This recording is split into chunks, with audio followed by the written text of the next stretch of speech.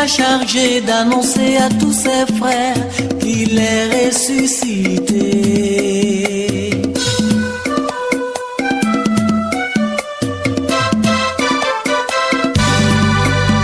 Jésus m'a chargé d'annoncer à tous ses frères qu'il est ressuscité.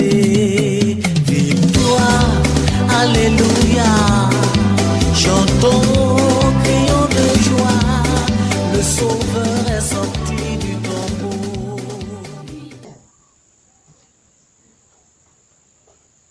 Ok, donc bonsoir à tous. Bonsoir. Que le Seigneur nous fasse grâce une fois de plus ce soir. Nous ouvrons les yeux en nous donnant de comprendre, de découvrir ce qui est vital, qui est censé nous faire vivre. L'homme ne vivra pas seulement de pain, mais de toute parole qui sort de la bouche. Alors nous allons parler de la pauvreté sanitaire. La pauvreté sanitaire.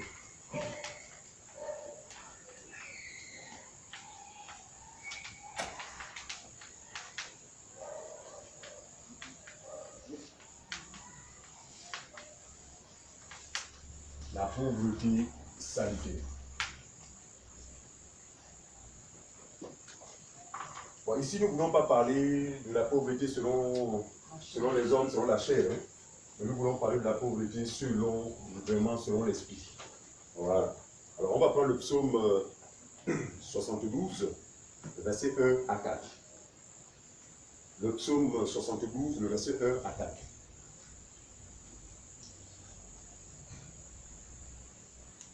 Le psaume 72, le verset 1 à 4. Celui qui a la page peut lire, nous gagnons en temps. Voilà. Nous gagnons vraiment en temps. Ceux qui nous avons partagé le PK9, mais nous n'avions pas assez de temps. Donc nous voulons un peu nous étendre, mieux cerner la pensée du Seigneur sur ce sujet. Le psaume 72. Le verset 1 à 4. Je lis la parole de Dieu en page 593. Très bien. Ô Dieu, donne tes jugements au roi et ta justice au fils du roi. Donne tes jugements au roi et ta justice au fils du roi.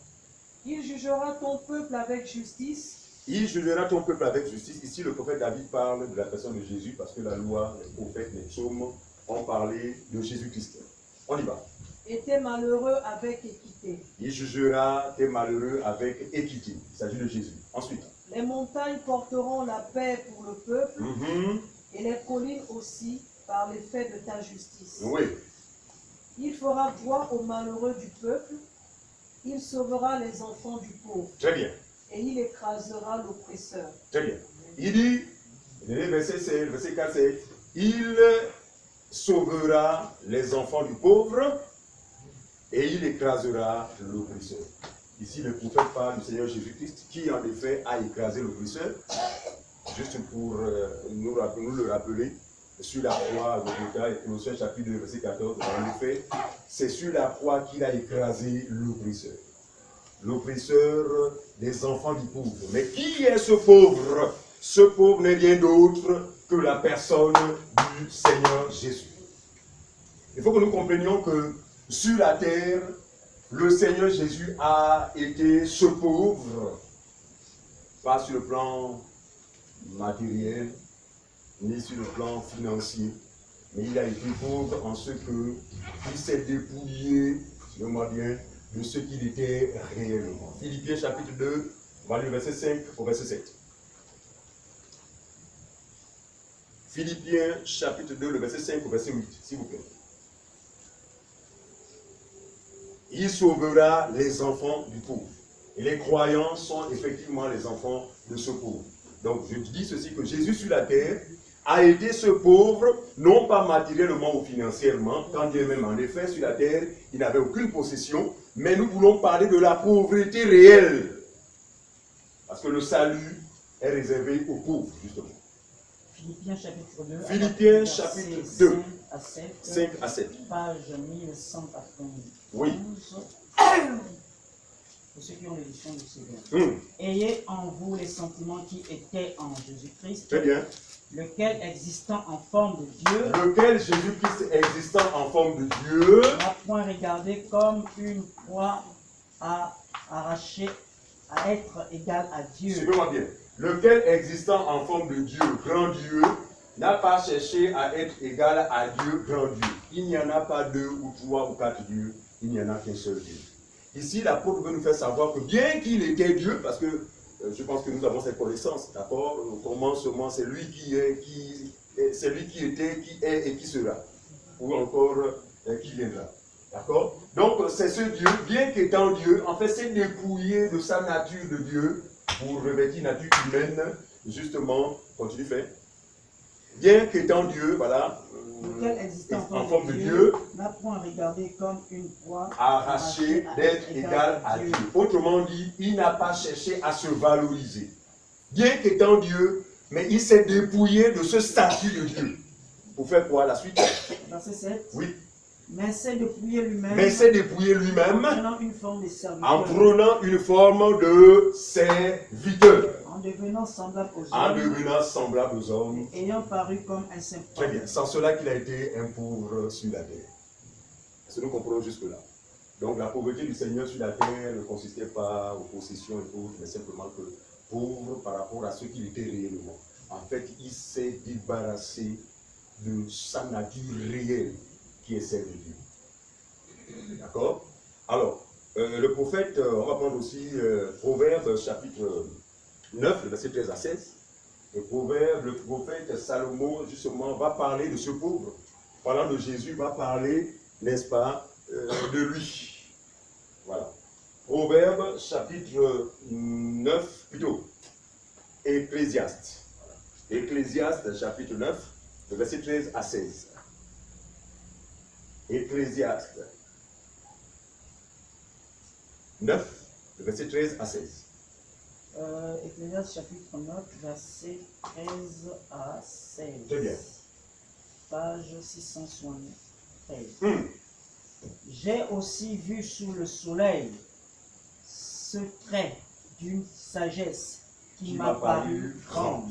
Dit le prophète. Ensuite. Il y avait une petite ville. Il dit, il y avait une petite ville avec peu d'hommes en son dans sein. son sein. Très bien. Un roi puissant marcha sur elle. Un roi puissant marcha sur cette ville. Ici, le prophète fait allusion justement à l'oppresseur.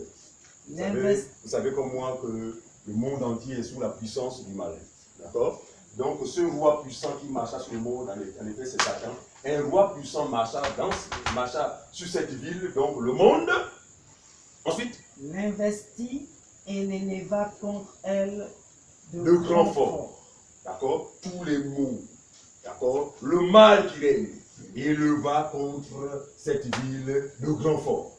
Ensuite, il s'y trouvait un homme pauvre. Malgré cette oppression, malgré cette,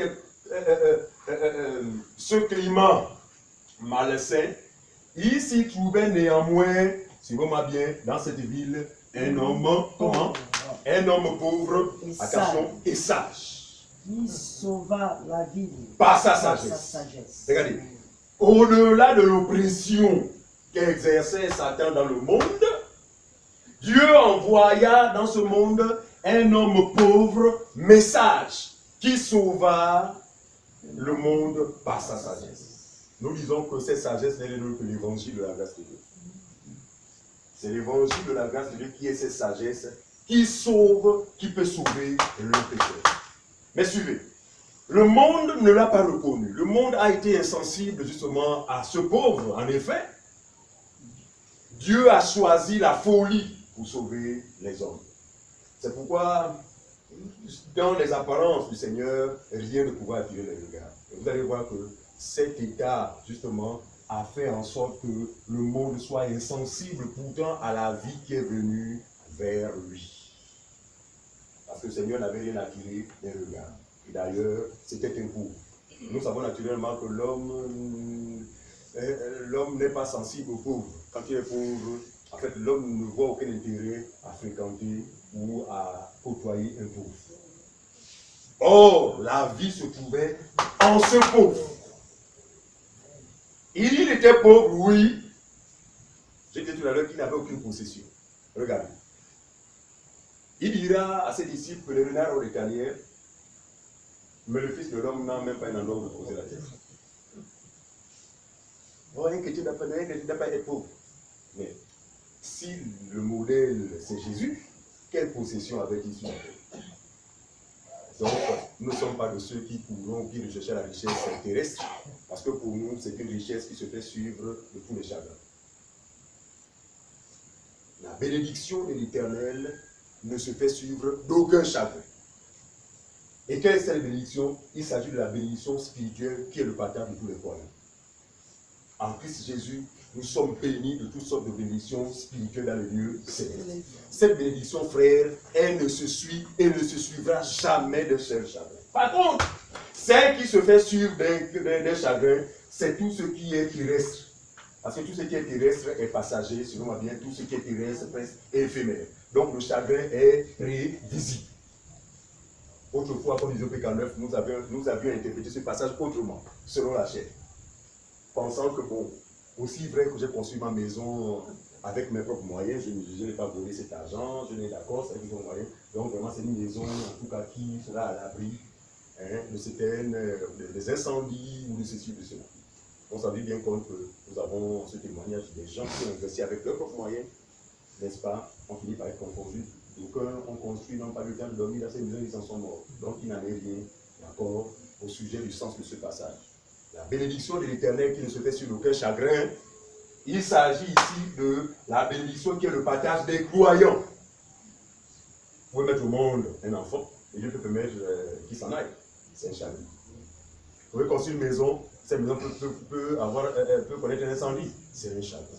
Vous pouvez avoir du boulot, il le perd un jour, c'est un chagrin. Donc, le chagrin a rapport avec tout ce qui est passager, tout ce qui est éphémère. Ça, ce n'est pas la bénédiction de l'Éternel. C'est utile pour nous dans cette vie, mais pour nous, les descendants d'Isaac, pour nous, ce n'est pas la vraie bénédiction. La vraie, nous la connaissons, c'est celle qui est éternelle, et qui est d'ailleurs le partage de tous les enfants de la promesse. Alors, un roi puissant marcha sur cette ville, l'investit de grands forts, et... Le roi puissant marcha sur cette oui. ville, et elle, sur cette ville, sur elle, l'investit et éleva contre elle Le grand fort. Il s'y trouvait un homme pauvre et sage, qui sauva la ville par sa sagesse. Suivez la suite. Et personne ne s'est souvenu de cet homme. La sagesse, voilà. Il dit, voilà. Bien qu'étant sur la terre, ce pauvre-là, en qui résidait une sagesse salutaire, personne ne s'est souvenu, autrement dit, l'homme, l'humanité est resté insensible vis-à-vis de cet homme. Ça a été entamé l'attitude des Juifs vis-à-vis de lui. Elle est venue chez les siens, et les siens ne l'ont point.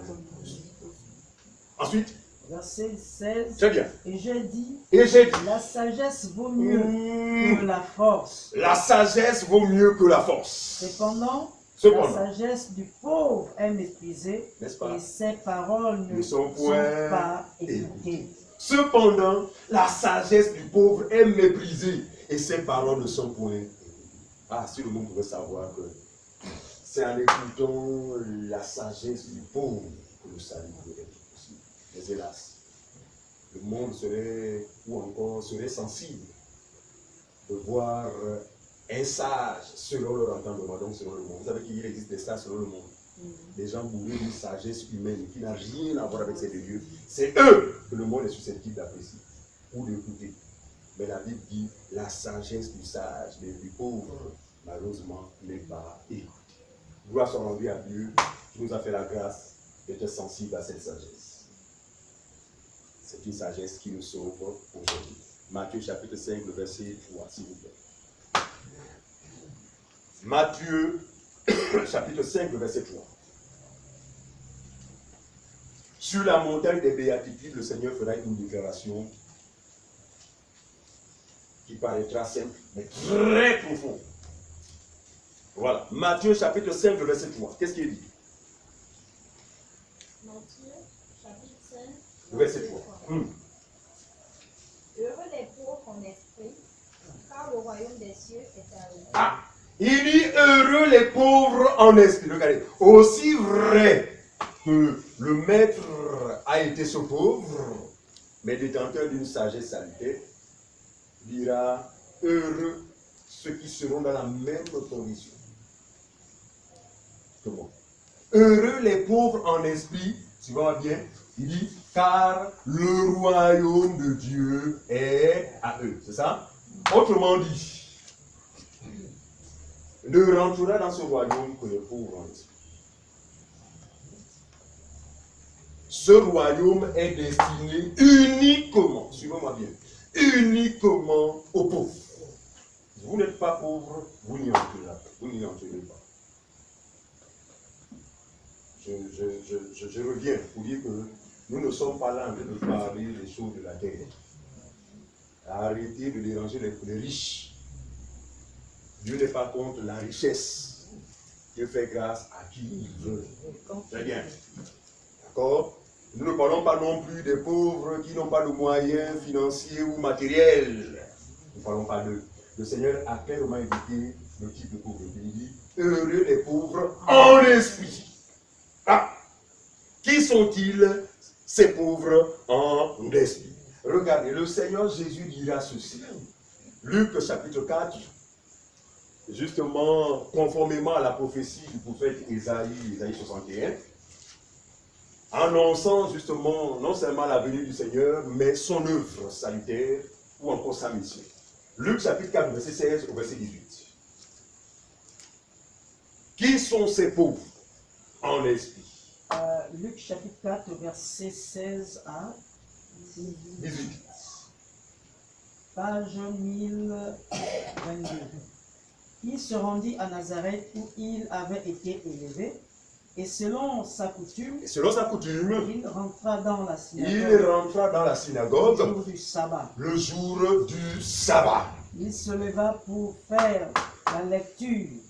On s'arrête là. Regardez. Le Seigneur va choisir un jour particulier. C'est le jour du sabbat.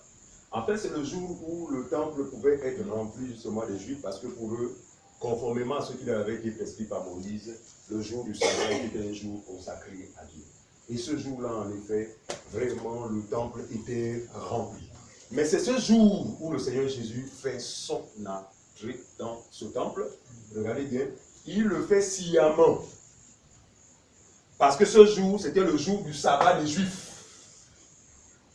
Mais son auditoire ne savait pas qu'en réalité, c'est lui qui était le véritable sabbat. D'accord? Donc il vient comme se présenter comme le vrai repos, le jour du repos selon la chair ou selon la chair. D'accord? Et il prit le livre du prophète Isaïe. Et on lui remit le livre du prophète Isaïe. Suivez. L'ayant déroulé, il trouva l'endroit où il est écrit, l'Esprit du Seigneur est sur moi. Parce qu'il m'a oint. Suivez-moi bien. Pour annoncer une bonne nouvelle aux pauvres. Regardez. Le Seigneur Jésus est ce souverain sacrificateur, ou encore est la réalité du souverain sacrificateur du premier sacerdoce. Le tout premier, c'est Aaron, qui lui fut oint par de l'huile d'onction. Et je pense que nous avons cette connaissance. L'huile d'onction, ce n'est pas ce que nous voyons. C'est de la bêtise. Mais Aaron, le souverain sacrificateur, avait été oint avec l'huile prescrite par Moïse. L'huile, comme nous le disions, qui était le symbole du Saint-Esprit, qui, aux yeux des hommes, permettait au peuple de savoir que X a été choisi. Alors, donc, la manière dont il a été oint était image. Jésus étant le collègue, suivez-moi bien, le collègue de M. Aaron, un collègue supérieur à Aaron ne pouvait être oint d'une huile physique.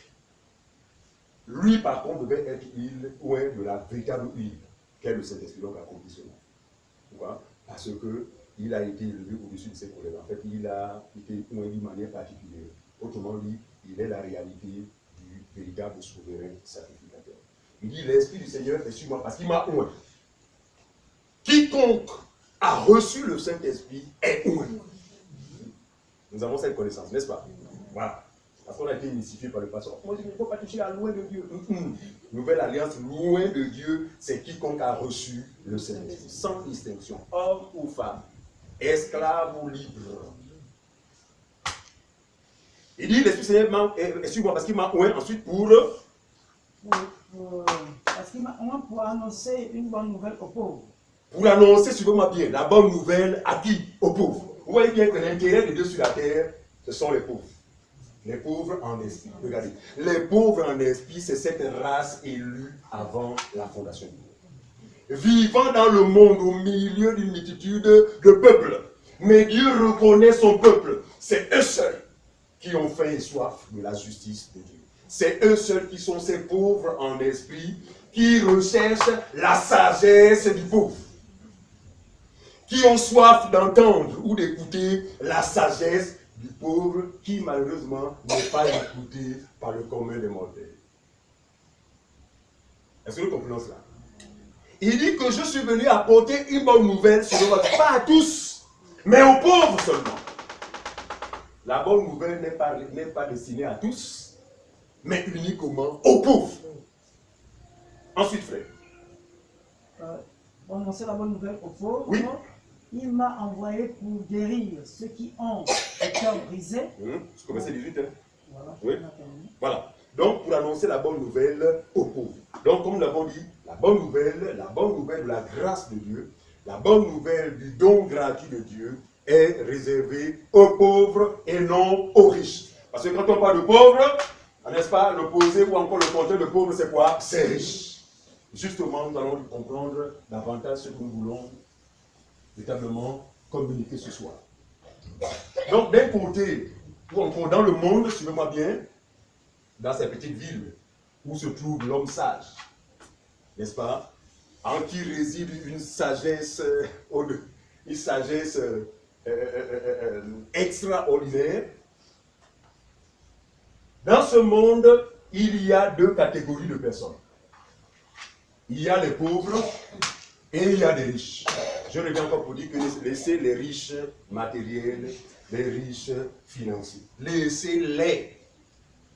Parce qu'il est bon à un riche de connaître le Seigneur et de se convertir. Il fera bon usage de ses richesses.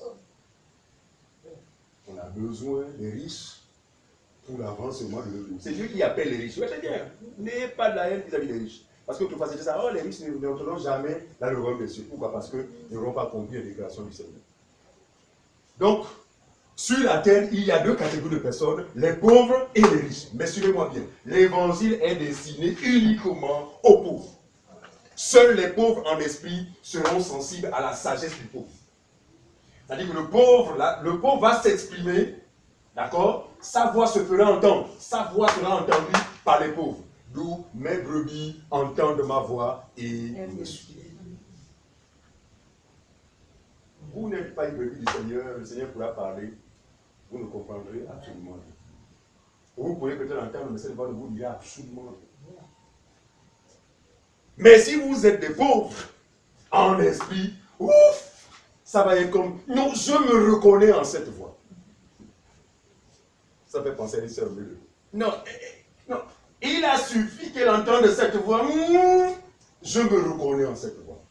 Et depuis qu'elle a entendu la sagesse de ce pauvre, elle n'en revient pas. Ça bouillonne, frère. Quand cette sagesse vous est communiquée, vraiment, vous bouillonnez d'amour, de zèle pour Dieu. Ouais. Alors, Matthieu chapitre 11, le verset 2 au verset 5. Jean-Baptiste, qui est ce prophète envoyé par Dieu justement pour non seulement annoncer l'arrivée de Jésus, mais également le présenter physiquement, va se retrouver à un moment donné de sa vie, à cause de son message, derrière les barreaux, donc dans la prison. Mais de là où il était, il pouvait avoir écho justement de ce qu'accomplissait le Seigneur Jésus, n'est-ce pas, guérissant les malades, faisant ceci et cela. Je pense qu'il convoquera ses disciples, n'est-ce pas, qu'il enverra vers le Seigneur Jésus pour poser certaines questions. Alors, Matthieu 11, le verset 2 à 5. Celui qui a à la page peut lire. Jean ayant entendu parler dans sa prison, Ayant entendu parler, étant en prison, Jésus, des œuvres du Christ, oui, il lui fit dire par ses disciples, es-tu celui qui doit venir ou devons-nous en attendre un autre? Très bien. Jésus Il envoie les disciples poser la question à Jésus, qui selon Jean accomplissait exactement les œuvres que devait accomplir le Messie.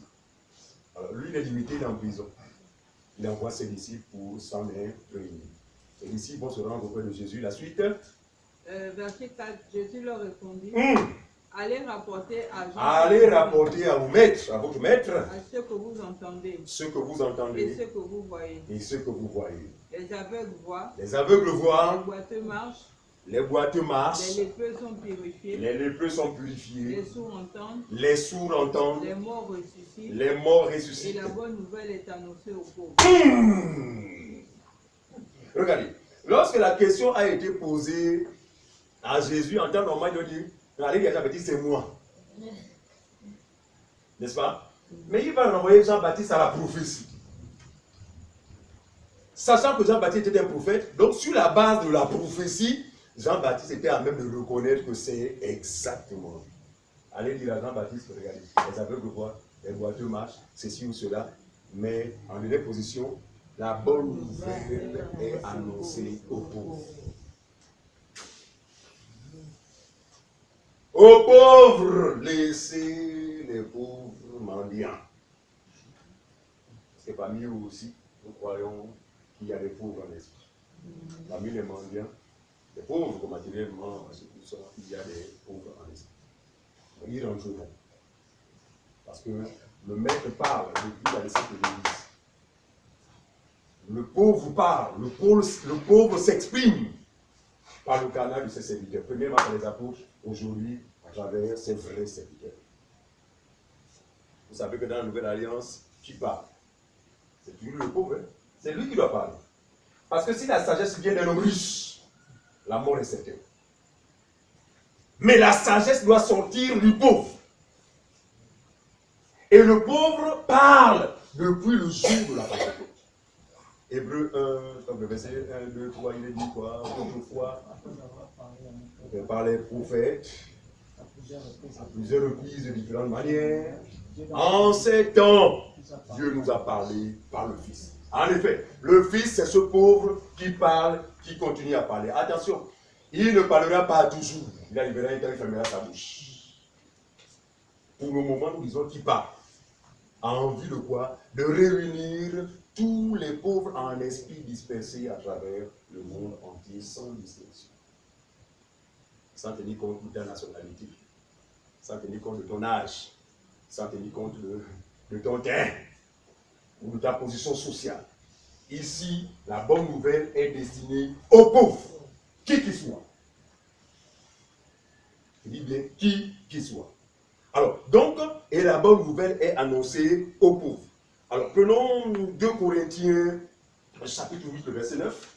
En quoi nous disons que Jésus est ce pauvre qui, véritablement, est à même, qui s'est appauvri, parce qu'au départ, il n'était pas pauvre, mais il s'est appauvri à cause de toi et moi, à cause de, justement, de l'amour qu'il a vis-à-vis de nous, d'accord, en vue de nous en enrichir. De quel type de bénédiction? Pas de maison, pas de bagnole, pas de ceci, de cela, mais nous enrichir justement de la sagesse véritable qui est salutaire, qui pour Dieu est la plus grande richesse. 2 Corinthiens chapitre 8, à partir du verset Très bien, 9. on y va. Page 1100. Oui, on y va. Car vous connaissez la grâce de notre Seigneur Jésus-Christ, Car vous connaissez le don gratuit de notre Seigneur Jésus-Christ, qui pour vous s'est fait pauvre, le riche qu'il était, afin que par sa pauvreté vous soyez enrichis. Voilà. Regardez, les fils, ceux qui sont nés selon la chair ont interprété autrement ce passage. Et d'ailleurs, c'est l'un des passages sur lesquels il s'appuie pour dire que non, il est inadmissible pour un chrétien d'être pauvre. Ils ont compris la pauvreté selon la chair.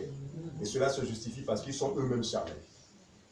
L'homme charnel ne peut pas comprendre les choses de l'esprit. Il faut être un homme spirituel pour comprendre en fait le fond des déclarations de la parole. En fait, il n'en est rien des richesses de la terre. Parce qu'on a vu que ce sont des bénédictions qui se feront toujours suivre de chagrin. Mais la nôtre, c'est la véritable qui ne se fait suivre d'aucun chagrin. Il dit, il s'est fait pauvre.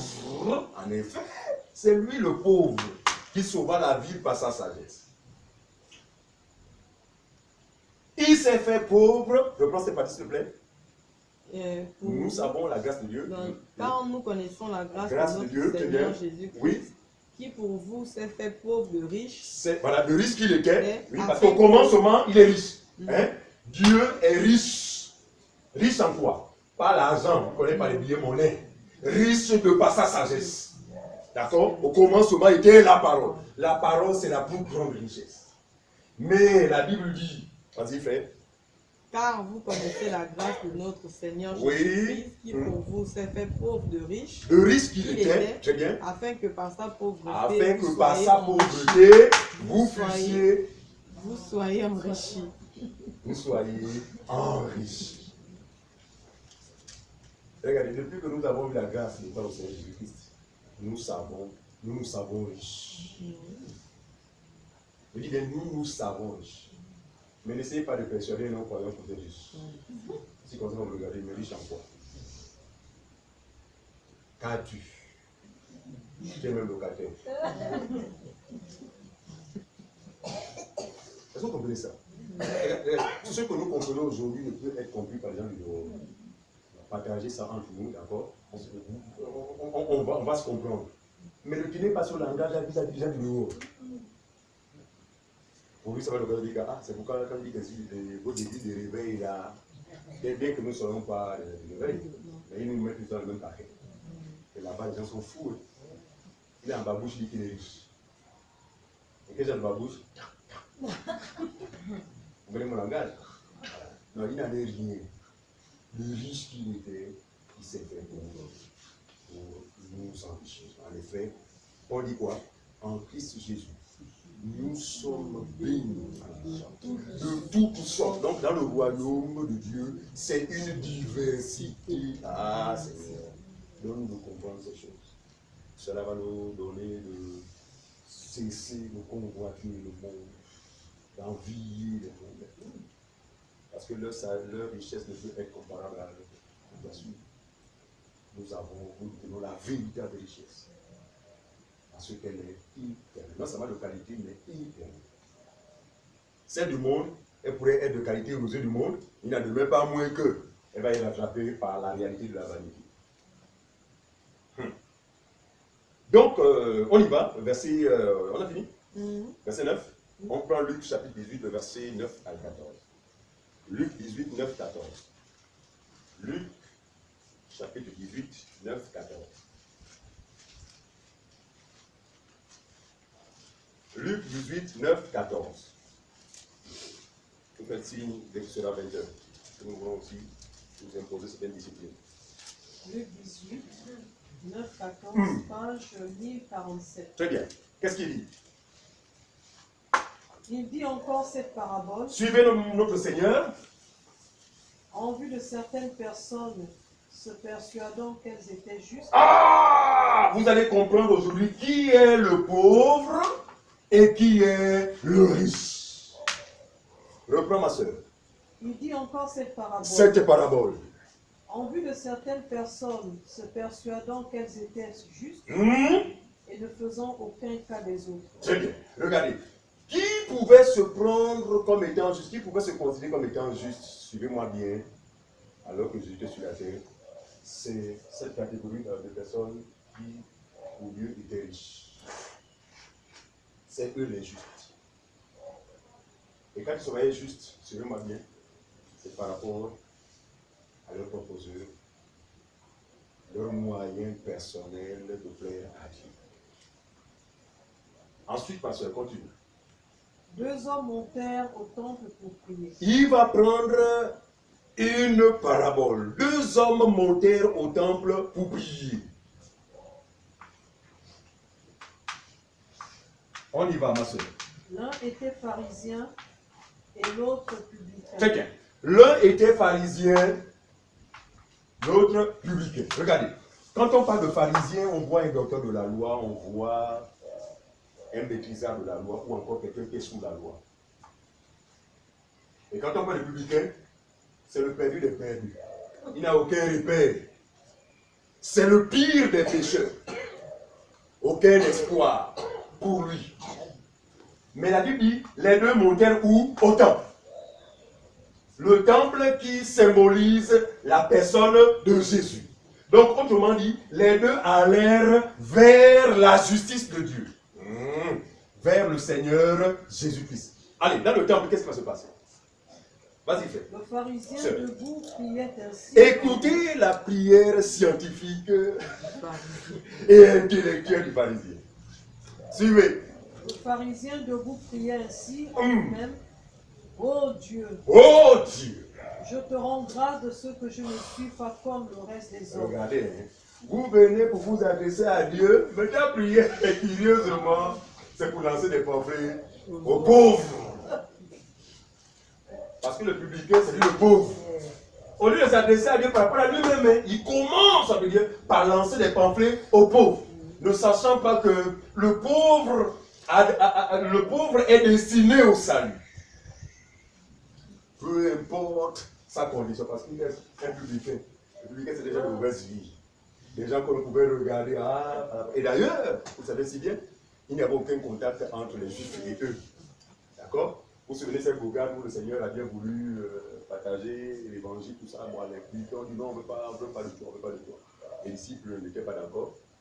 Ils ont dit au Seigneur, mais c'est des gens comme ça. Il faut en finir avec eux.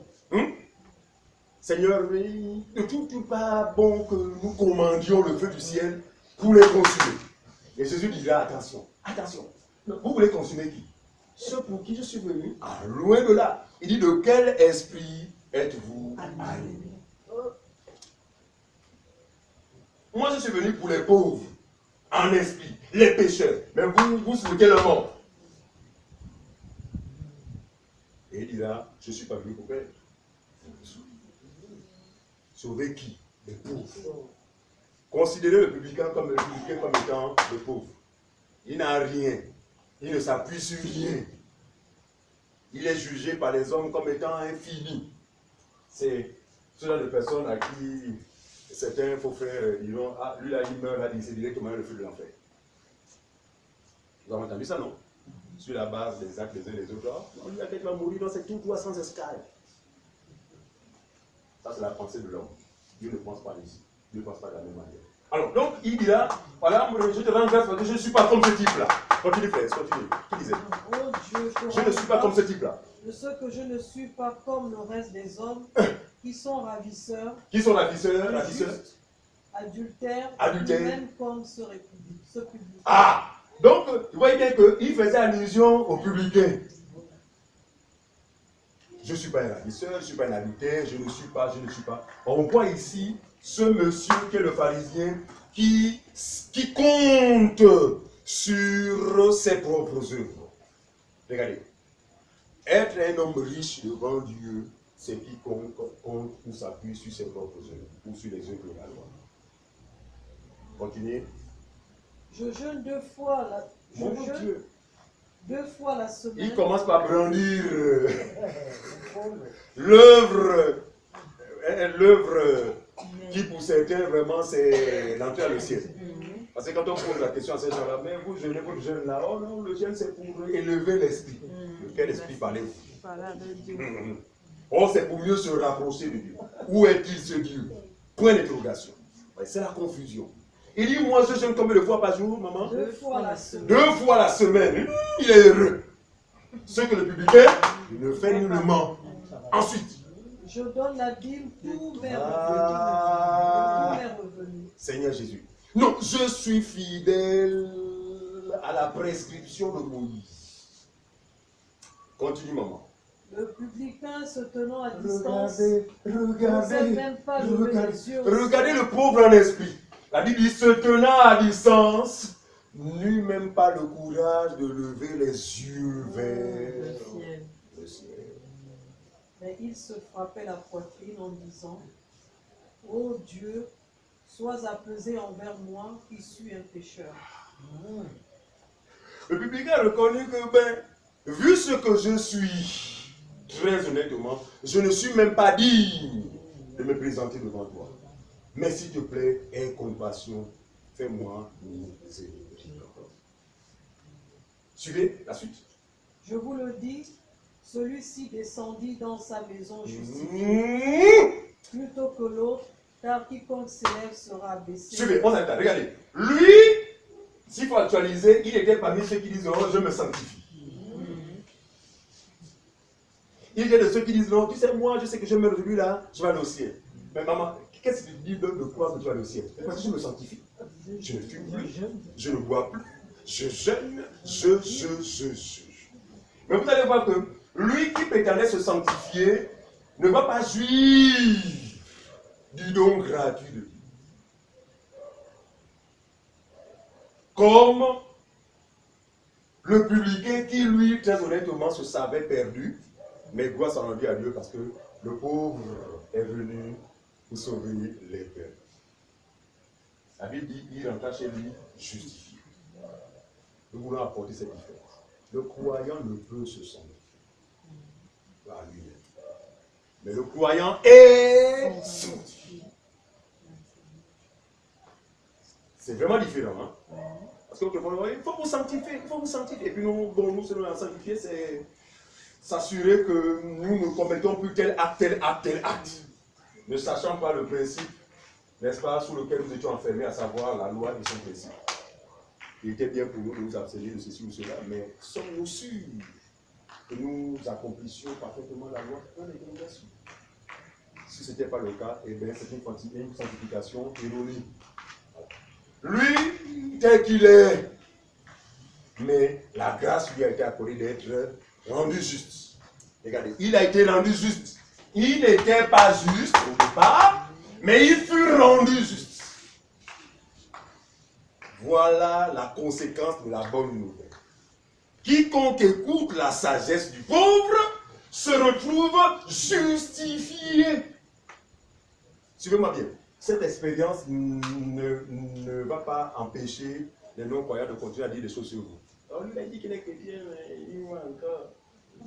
Alors lui, il a dit qu'il est chrétien, mais il fume encore. Il boit encore.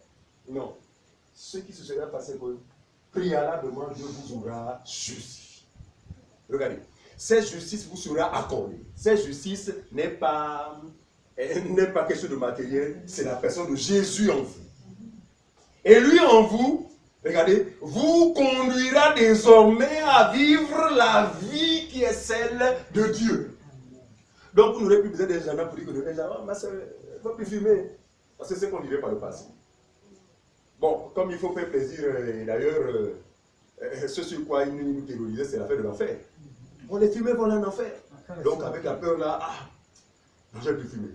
Mais comme tu es esclave du péché, tu vas t'abstenir pendant 2-3 jours, là demain tu es chez le boutiquier.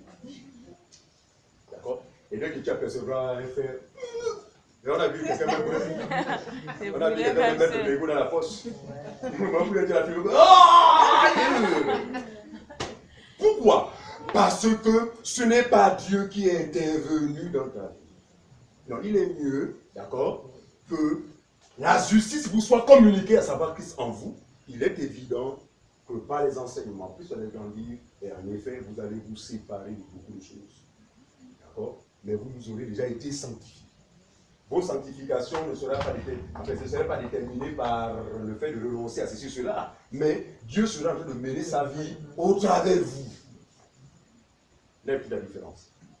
Et dès lors, vous n'avez plus besoin de gendarmes, encore pour que vous irez, ou que vous serez vraiment, la crainte de Dieu sera permanente en vous. Bref, vous serez un modèle aux yeux des gens qui sont dans les ténèbres. Voilà. Donc, il rentra lui justifier la suite, mais le pharisien, c'est ça? Vous reprendrez, s'il vous plaît. Je vous le dis, celui-ci descendu dans sa maison justifiée. Justifié. Plutôt que l'autre, car quiconque s'élève sera abaissé. Très bien. Et celui qui s'abaisse sera élevé. Très bien. Donc, des deux, qui a été rendu juste, c'est le pire des pécheurs. Toujours 18, on va prendre le verset 15. Luc 18, on va le verset 15 à 17. Luc 18. Toujours 15 à 17. Toujours 18, le verset 15 à 17. On lui amena aussi les petits enfants. Regardez encore, une autre illustration. C'est toujours une illustration. On lui amena quoi? Des petits enfants, afin qu'il les touche. Afin qu'il les touche. Mais les disciples, voyant cela, reprenaient ceux qui les amenaient. Et Jésus les appela. Laissez le mettre, mais vous amenez les enfants là pour faire quoi? Vous amenez les enfants là pour faire quoi? Il dit, laissez venir à moi les petits enfants. Et ne les empêchez pas, car le royaume de Dieu est pour ceux qui leur ressemblent. Très bien. Selon la lettre, les petits enfants sont nos fils. Après, c'est pareil.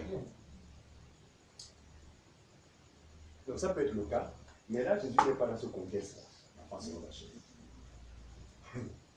Laissez venir à moi les petits enfants, car le royaume des cieux est à eux. Ici, il fait allusion aussi aux pauvres. Il a dit préalablement, les pauvres en esprit, car le royaume des cieux. Donc les petits enfants, en effet, ce sont des pauvres en esprit. Hier au P49, lorsque le fait que moi prenais la parole, il disait ceci, il disait que observons que nos enfants, combien de fois on ne les a pas menti? Pas peut-être avec l'intention de mentir.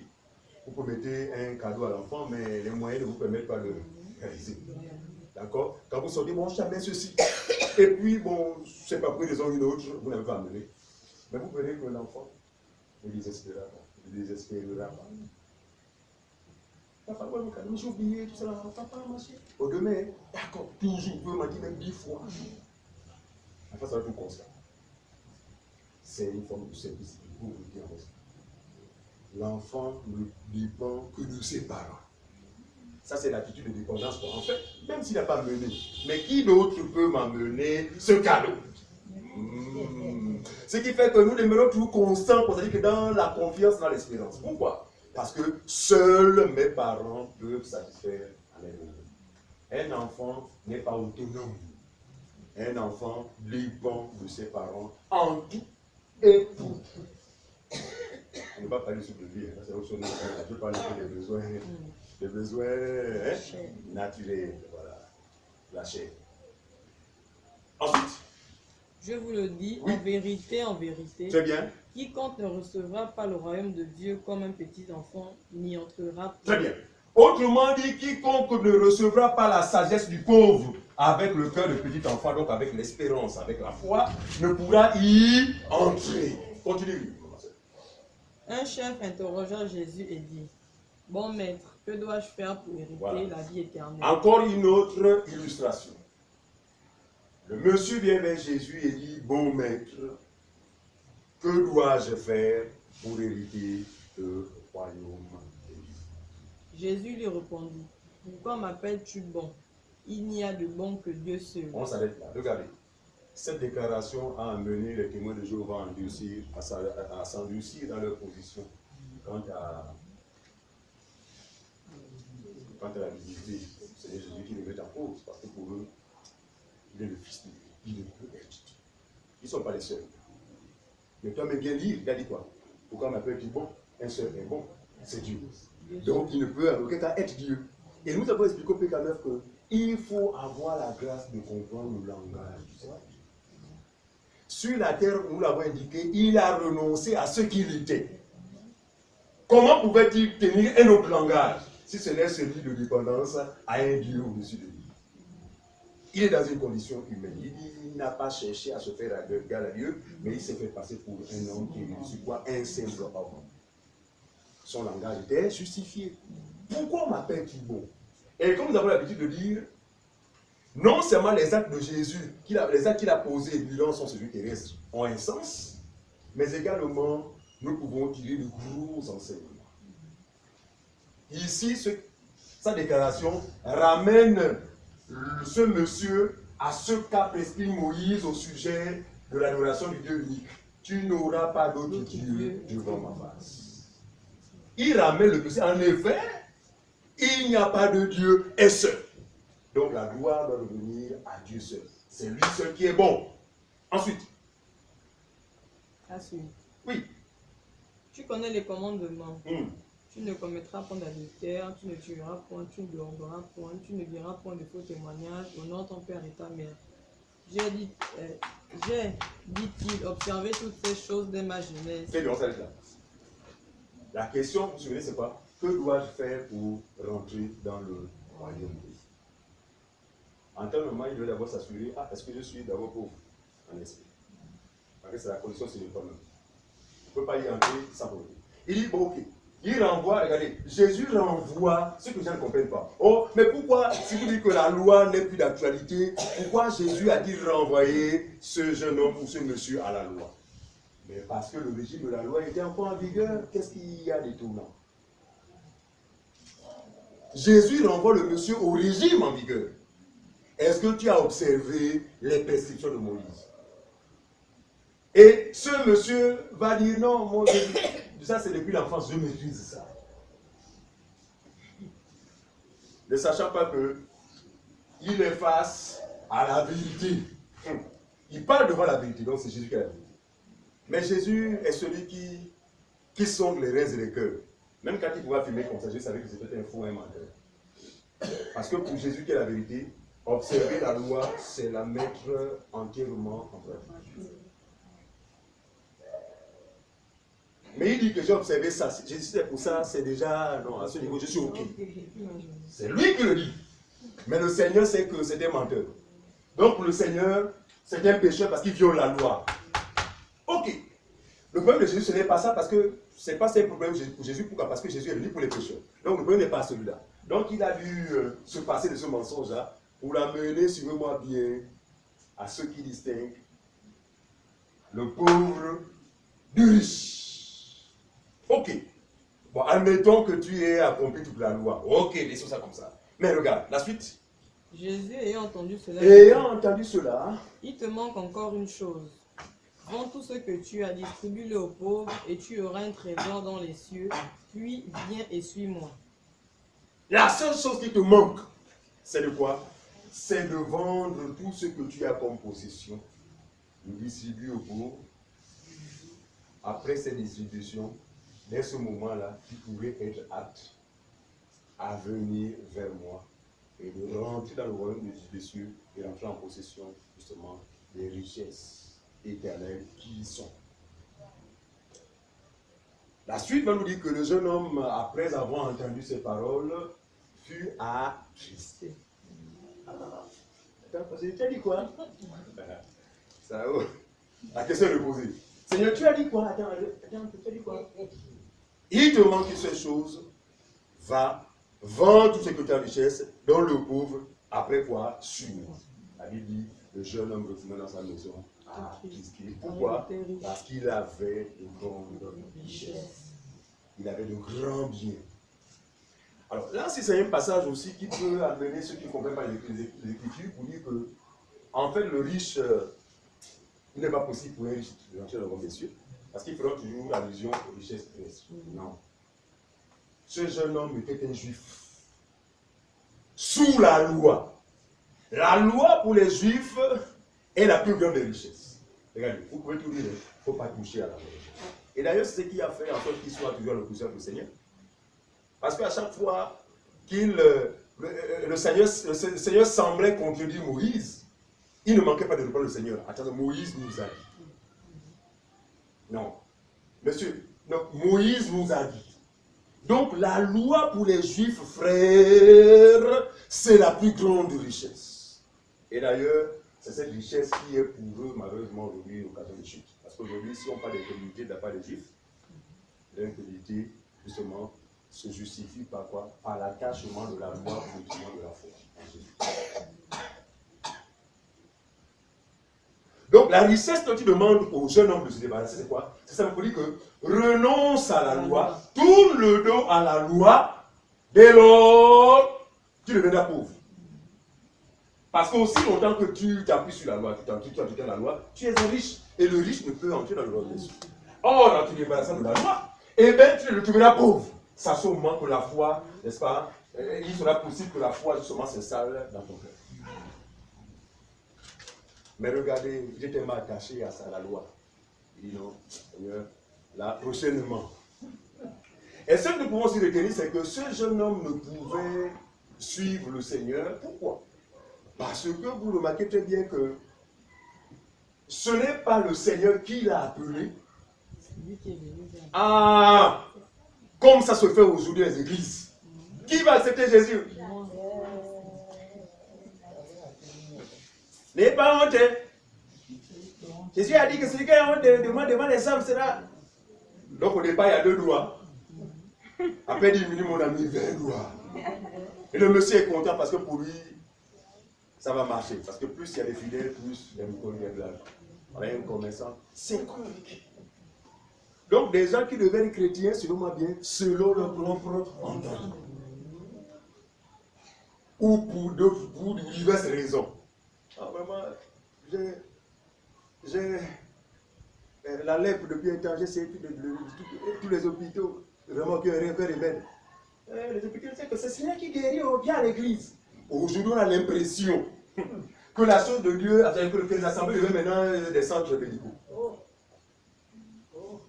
On a l'impression que l'évangile a pour objectif régler le problème de nous la chair. Les gens disent maintenant même les médecins. Alors que c'est eux qui sont mieux placés pour régler les problèmes de santé. Aujourd'hui, ils sont maintenant derrière, c'est maintenant les pasteurs qui deviennent des médecins.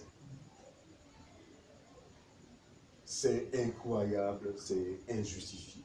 Vous ne pouvez pas. Donc ce monsieur ne pouvait suivre Jésus. Pourquoi? Parce que c'est lui qui a dit, bon maître, que dois-je faire? Comme pour dire que je vais te suivre. Ce n'est pas Dieu qui l'a appelé. Or, les vraies conversions ne sont possibles que par l'appel du pauvre. Le pauvre s'exprime par sa sagesse. D'accord? Et les pauvres en esprit la reçoivent. Et la foi, n'est-ce pas, permet à Dieu, ou encore c'est Dieu qui les attire vers le Fils. Personne ne peut venir au Père, au Fils, sans que le Père ne l'attire. Donc ce n'est que dans ce cas-là qu'on peut parler de vraie conversion. Dieu n'attire pas les gens vers lui par d'autres moyens. Parce qu'aujourd'hui, il y a ce qu'on appelle des repas géants. J'ai connu un faux comme ça dans la place qui organise des repas géants. Des repas géants. Mais le but pour lui dit que c'est une manière pour lui d'évangéliser, attirer les gens. Amen. Celui qui a faim, qui n'a pas passé, qui n'a pas mangé pendant 3 jours, une telle opportunité, va la rater. Non. Et quand il vient là, c'est quel évangile qui est présenté? C'est la loi qui les péchés. C'est compliqué. Donc nous n'userons jamais de méthodes ou de moyens humains pour amener les gens à la conversion. Nous allons, par la grâce de Dieu, le sage, le pauvre, va s'exprimer au travers de nous pour appeler ceux qui lui ressemblent, à savoir les pauvres en esprit. Voilà. Et ce n'est qu'à ce moment qu'on va assister à des conversions authentiques. Ensuite, ma soeur, continue. Lorsqu'il a entendu ces paroles, il devint tout triste car il était très riche. Car il était très riche. Jésus, voyant qu'il était devenu tout triste, dit qu'il est difficile à ceux qui ont les richesses d'entrer dans le royaume de Dieu. Vous comprenez ça? Jésus, voyant que ce jeune homme était riche, il dit, il sera difficile. En effet, pour ceux qui ont des richesses, d'entrer dans le royaume de Dieu. Parce qu'on a dit qu'au départ, le royaume de Dieu est destiné uniquement aux pauvres en esprit. Autrement dit, ceux qui ne s'appuient sur rien d'autre que la personne du Seigneur Jésus. C'est-à-dire qu'ils n'ont rien. Regardez.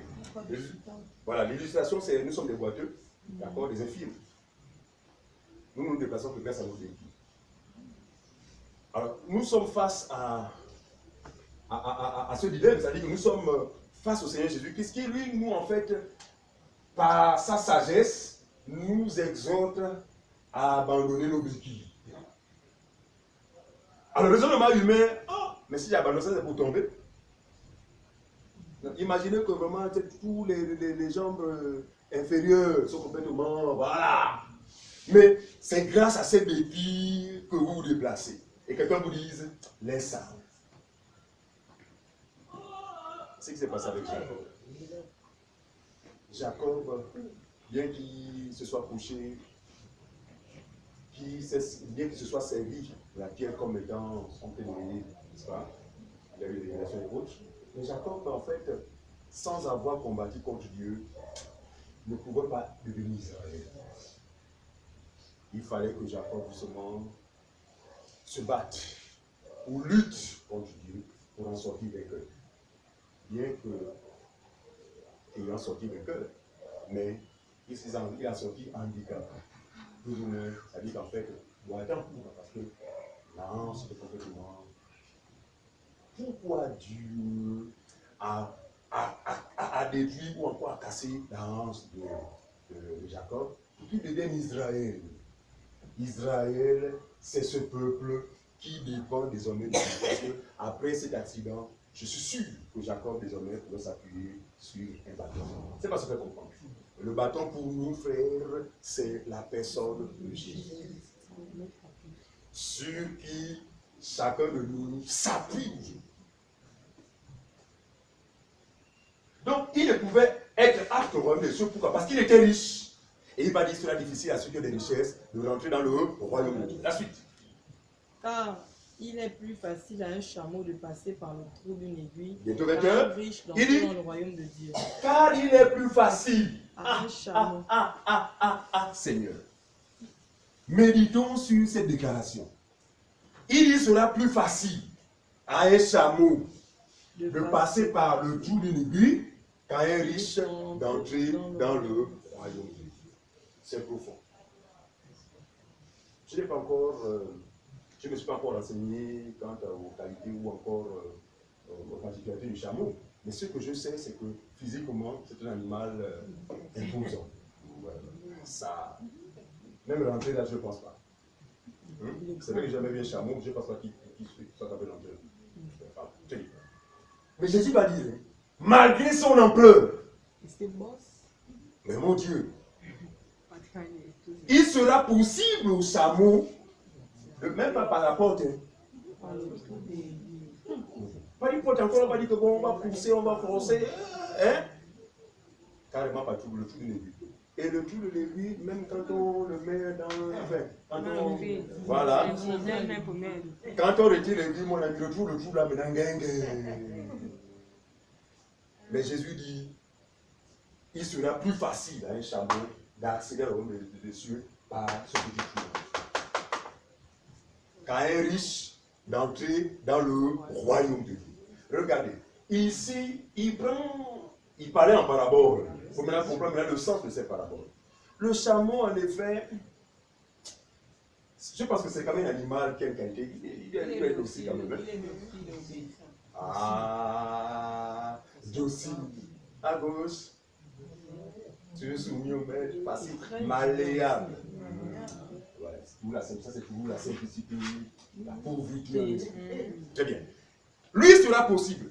Parce que même le chameau, quand il rentre par là, là, humainement parlant, c'est impossible. La suite, on va comprendre. Ceux qui l'écoutaient dire, qui peut être sauvé? Alors, si tel est le cas, qui peut alors donc être sauvé? Réponse. Jésus répondit, voilà. Ce qui est impossible aux hommes est possible. Regardez, le passage du chameau par le trou d'une aiguille, je veux simplement dire, ce qui est impossible aux hommes est possible. En effet, pour les hommes, quand tu es dans le royaume des cieux, il faut d'abord t'assurer que tu as laissé le vol, tu as scellé. D'accord? Alors sans ça, pour eux, c'est impossible pour quelqu'un de rentrer dans le royaume des cieux. Oh, Dieu vient lui-même inverser la donne, il dit, ce qui est impossible, ce qui pour vous, en fait, est impossible, est possible à moi. Regardez, qu'est-ce qui va donner au chameau de se rapprocher du trou de l'aiguille? C'est sa foi. Ouais, attends. Parce que, en temps normal, ça dit qu'il n'y a pas de passage. Mais le chameau va se rapprocher, sachant que, non pas moi, mais celui qui m'a appelé et qui m'a orienté vers ce trou. Oh, Seigneur. Voilà la parole. Donc ici, il est question simplement, le Seigneur est question simplement en train d'expliquer qu'en fait, il ne sera pas possible à l'homme d'être justifié par ses propres moyens ou par les moyens qu'offre la loi. Parce que la loi n'a mené personne à la perfection. Par contre, celui qui croira, autrement dit, par la foi, il sera possible d'accéder gratuitement dans le royaume des cieux. Vraiment, vraiment, vraiment, vraiment. Et c'est d'ailleurs ce qui constitue la bonne nouvelle. Non, l'évangile ne serait pas une bonne nouvelle si nous n'avions pas ce privilège. C'est ce privilège qui fait de l'évangile la bonne nouvelle. Cette nouvelle sera bonne uniquement aux oreilles des pauvres. Les riches vont dire non, c'est trop facile. Mais pourquoi on est sidéré quand on échange avec les gens? Oh, mon frère, est-ce que c'est que le salut, c'est par la foi seulement? Ça, non, mon frère, non, c'est pas possible. Tu vas dire que c'est pas par la foi seulement. En effet, nous ne changerons pas le langage. Nous ne changerons pas le langage. Parce que si nous le changeons, nous serons en train de fermer la porte du royaume des cieux. Nous-mêmes ne pouvons pas rentrer. C'est ce que Jésus a dit, n'est-ce pas? Il dit malheur à vous qui défendez parce que vous fermez la porte. D'abord, vous-même ne pouvez pas rentrer. Mais vous avez des marteaux et des lattes en train de barricader la porte pour empêcher les gens de rentrer dans le royaume des cieux. Par contre, nous voulons par la sagesse du pauvre ouvrir grandement la porte afin que les pauvres se dirigent vers la porte d'entrée. Que Dieu bénisse sa parole. Nous avons déjà épuisé le temps et qui nous donne vraiment de demeurer ferme dans la foi. Amen. Amen. Okay. Et tous les aiguilles, il faut avoir la foi. Est-ce qu'il y a des questions? Oui. Oui. Bon, c'est pas pour Jésus m'a chargé d'annoncer à tous ses frères qu'il est ressuscité.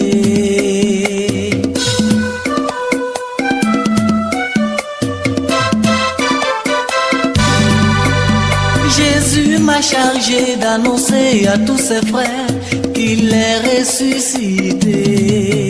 Victoire, alléluia, chantons, crions de joie. Le Sauveur est sorti du tombeau.